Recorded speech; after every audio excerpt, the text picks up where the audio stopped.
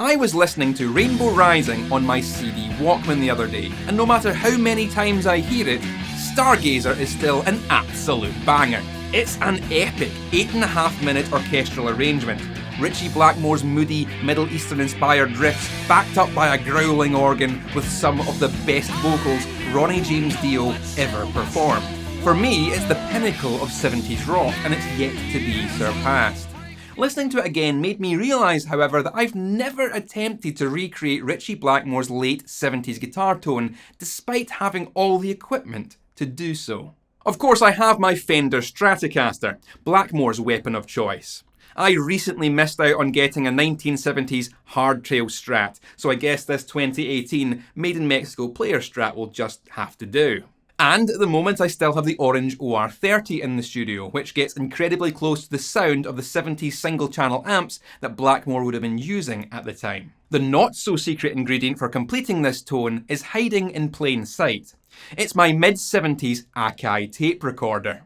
Blackmore used a similar tape machine as a preamp stage to boost his amplifiers, and that's the bit I've never tried. So I'm going to connect my Stratocaster to the microphone input of the tape machine. This will run the signal through the transistor-based microphone preamp. I'll crank the gain just enough to get the VU needle to jump into the red. This will cause the transistors in the preamp stage to distort, essentially turning the tape recorder into an overdrive pedal.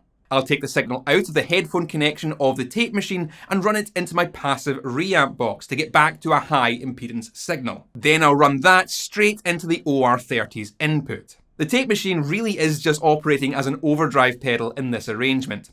None of the tape elements are in play and the reels don't even need to spin. I'm just running the guitar signal through the preamp boards and driving the transistors into distortion.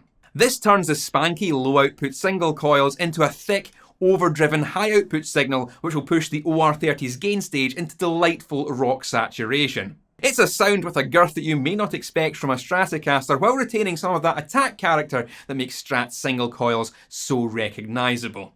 It's a tone that will rival any humbucker equipped instrument. Now I'm going to let you hear this with some Rainbow and Deep Purple riffs that, fair warning, I really need to spend more time practicing and keeping in time. So apologies in advance that I don't quite match Ritchie Blackmore's playing ability, but hopefully I get somewhere close with the tone.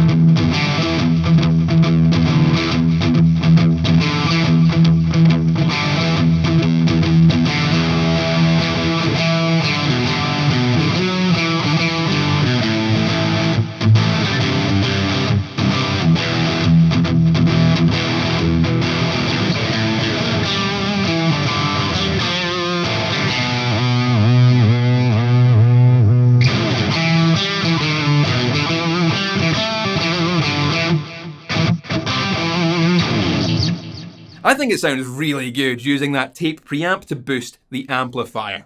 It's certainly more extravagant than using literally any overdrive pedal to achieve pretty much the same effect, but there's a certain pleasure in using era-appropriate, expensive and inconvenient analog gear.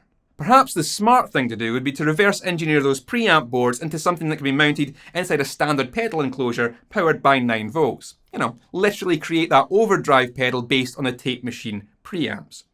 Perhaps a project for another day. If you've liked this video, you might want to consider supporting me on Patreon.